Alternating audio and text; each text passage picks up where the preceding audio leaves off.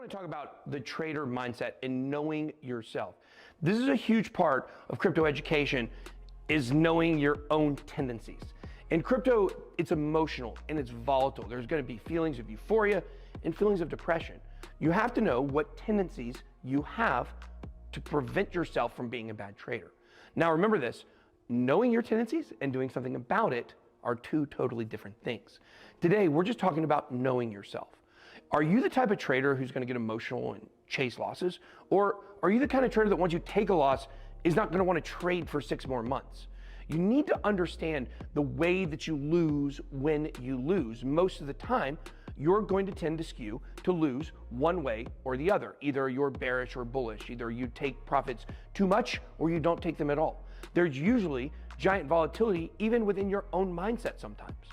And the fact is knowing yourself and knowing that you tend to always think the price is going to go up, or you tend to always think the price is going to dump because it's too down, is the first step to becoming a good trader. The second step to becoming a good trader is actually doing something about those tendencies, which we'll talk about a lot more. For me, I know I have a tendency to not take profits, to be too bullish, and to think the price is going to go up only. I know that about myself. So sometimes I'm able to fight against those things, and other times I find myself falling more into those traps. So what I would ask you as a trader is look yourself in the mirror and say, what am I weak at? What are the things that I'm doing over and over again to lose? When prices start moving, how do I feel? Because markets are psychological. This will tell you a lot. When you can learn to do the opposite of what your feelings are telling you to do in the market, and you understand your tendencies, that's when you can cash in big.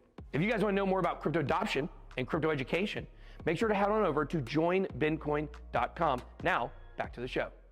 Thank you, Ben and Cassie. So let's look at this chart real quick, try to figure out where we're going. As you can see right now, we're still right in that 6,000 range. The market had a massive dump. It looks like the buyback has begun, might even be flipping into an altcoin season. We are seeing Bitcoin start to move again. So along with it, what does that look like for Ben? Well, let's start off with these wicks and how we continue to mint these higher lows. And if you will, we are continuing to move up, and we're using this upward facing channel. Now, the point to these is that they do break to the downside a lot of times, but look how high up we would have to go for that next impulse move, which I think we're going to catch right here.